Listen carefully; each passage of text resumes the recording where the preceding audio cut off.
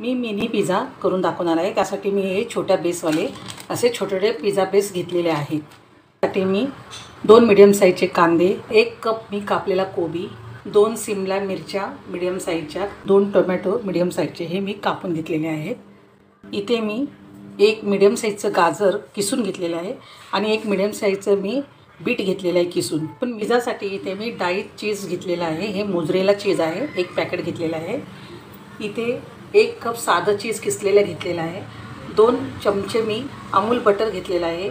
1 tablespoon मी चिजी sauce घेतलेला आहे आणि 1 टेबलस्पून मी मेयोनीज घेतलेले आहे। यामध्ये पण जे तुम्ही चीज किंवा हे मेयोनीज सॉस वगैरे जे वापरणार आहे हे तुम्ही तुमच्या आवडीनुसार कमी जास्त प्रमाणात करू शकता।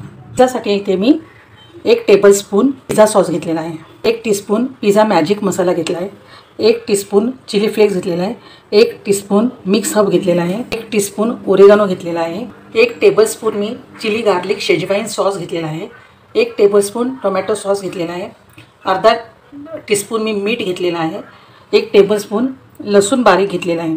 हे सॉस तुम्ही तुमच्या आवडीनुसार कमी जास्त प्रमाणात घेऊ शकता। कढई तापायला ठेवली आहे। 1 चमचा मी बटर घेत आहे। आता बटर गरम झालं आहे, त्यामध्ये मी हे लसूण टाकत आहे आणि ह्या हिरव्या मिरच्या टाकत आहे। थोडासा लसूण मी परतून घेणार आहे। आता लसूण परतून झाला आहे, त्यामध्ये मी हा कांदा टाकत आहे। कांदा थोडासा परतायचा आहे, जास्त आपल्याला लाल करायचा नाही आहे, फक्त मऊ थोडासा व्हायला पाहिजे। इथे मीठ टाकत आहे। आता कांदा 2 मिनटं मी परतला आहे आणि आता थोडासा मऊ झाला आहे, त्यामध्ये मी हा कोबी टाकत आहे। कोबी पण आता परतून झाला आहे। आता यात मी शिमला मिरची टाकत आहे। या भाज्यामध्ये तुम्ही कॉर्न पण टाकू शकता, तेही तुम्हाला आवडत असेल, आणखी दुसऱ्या पण कुठल्या भाज्या तुम्हाला आवडत असेल त्याही तुम्ही टाकू शकता। आता शिमला मिरची पण मी 2 मिनटं परतून घेत आहे। मिरची पण आता परतली गेली आहे। मी हे सगळं स्लो गॅसवर करत आहे।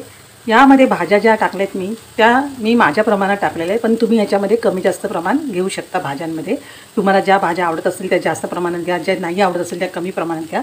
आता यामध्ये मी गाजर आणि बीट हे टाकून परतून घेत आहे आणि ह्या भाज्या शिजायला वेळ लागत नाही, कारण मी ह्या सर्व बारीक कापलेल्या आहेत आणि ह्या परतताना त्या शिजल्या जातात, म्हणून जास्त शिजवायच्या नाहीत की नुसतं परतले तरी ते शिजून थोड्याशा अर्ध्या कच्च्या राहिल्या तरी चालतात।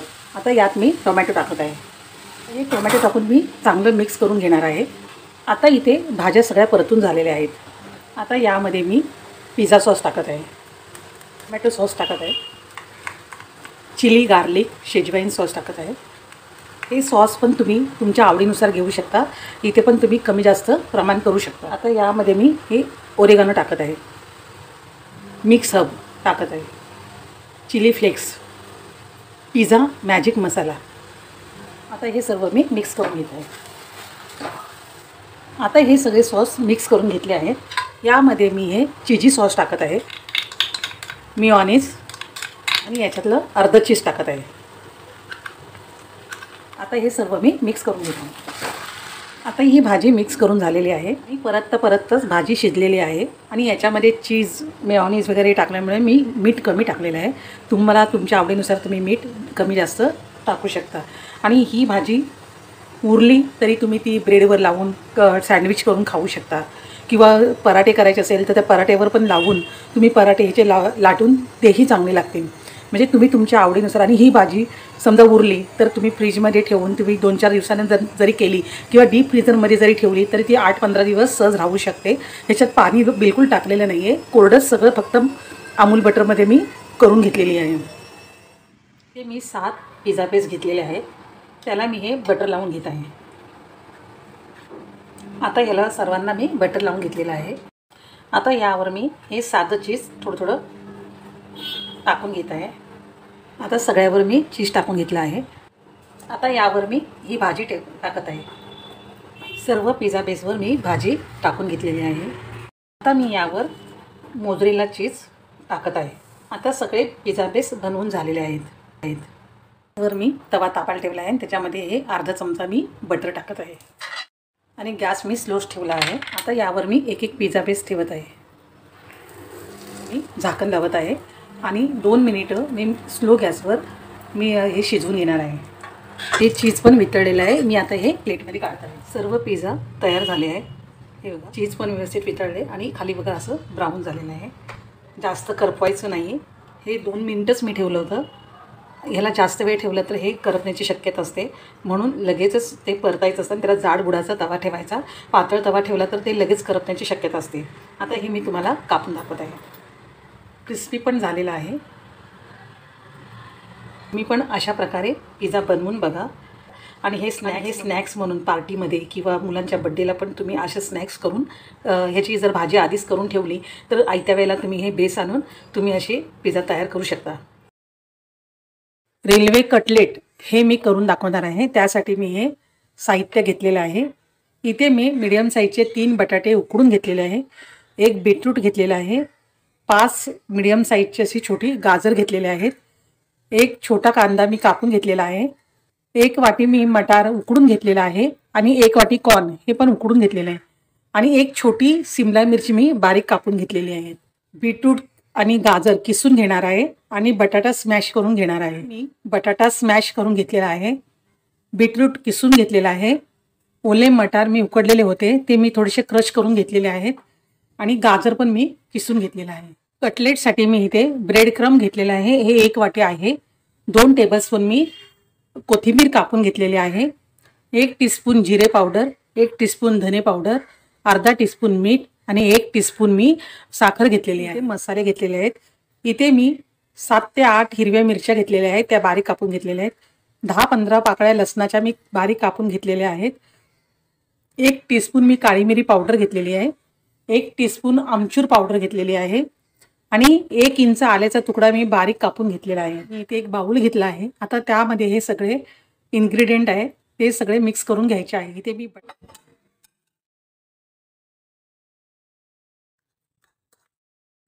अद्रक, मिरच्या, काळी मिरी, आमचूर पावडर, साखर, मीठ, धने पावडर, जिरे पावडर. इथे मी 1 वाटी ब्रेड क्रम्स घेतलेले आहे. त्यातले अर्धे ब्रेड क्रम्स मी याच्यात टाकत आहे. अर्धी वाटी मी बाजूला ठेवत आहे. आता हे सर्व मी मिक्स करून घेणार आहे. हे एका मोठ्या भांड्यामध्ये घेऊन हे पूर्ण मी मिक्स करून घेणार आहे.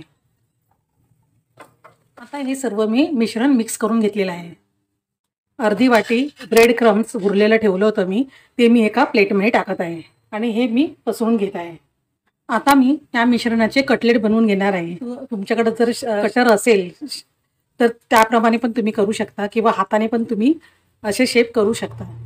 तुम्हाला ज्या आकारात पाहिजे असेल तसे तुम्ही शेप करू शकता. असे कटलेट मी सर्व करून घेणार आहे. मी अशा प्रकारे पूर्ण कटलेट करून घेतलेले आहे. हे कटलेट ब्रेड क्रम्समध्ये मी घोळवून घेणार आहे. याच्यातला एक कटलेट घेऊन मी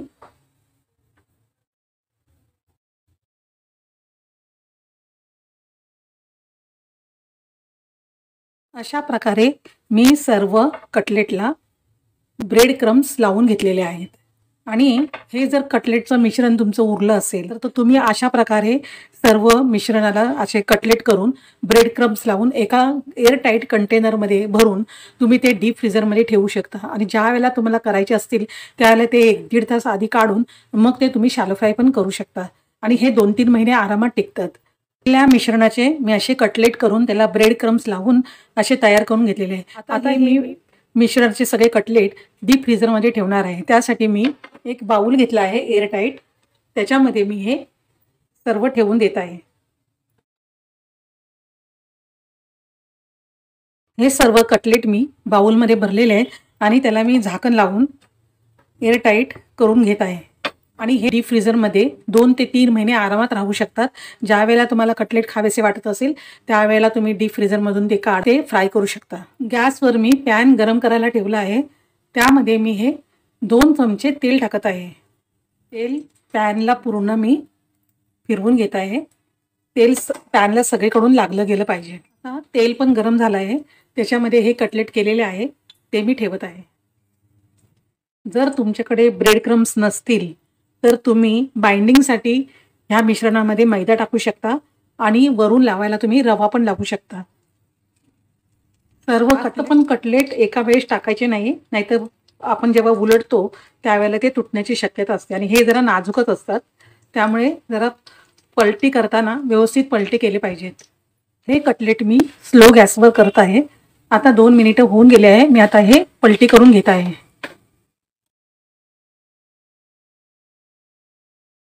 आता दुसरी पण बाजू मी अशी फ्राय करून घेणार आहे. आता हे कटलेट दोन्ही बाजूने शॅलो फ्राय झालेले आहेत आणि आता हे मी प्लेटमध्ये काढत आहे. कटलेट तुम्ही हिरवी चटणी आणि टोमॅटो केचप याच्याबरोबर पण तुम्ही खाऊ शकता. नाहीतर नुसते जरी असेच खाल्ले तरी ते टेस्टी लागतात. तुम्हीही अशा प्रकारे करून खा. आता मी हा कटलेट तुम्हाला तोडून दाखवत आहे. बघा आतमध्ये पण हे सगळ्या भाज्या आधी शिजलेल्याच आहेत. फक्त थोडंसं शॅलो फ्राय करायचं आहे. मग खायला पण टेस्टी झालेला आहे. तुम्हीही अशा प्रकारे करून बघा.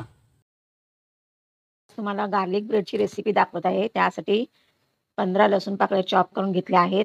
60 ग्रॅम मी सॉल्टेड बटर घेतलं आहे. एक मूठभर कोथिंबीर आणि अर्धा सिमला मिर्च बारीक कापून घेतलेली आहे. एक चमचा चिली फ्लेक्स, चिमूटभर मीठ आणि मिक्स हर्ब्स 1 टीस्पून एवढं टाकून हे चांगलं मिक्स करून घ्यायचं आहे एकजीव.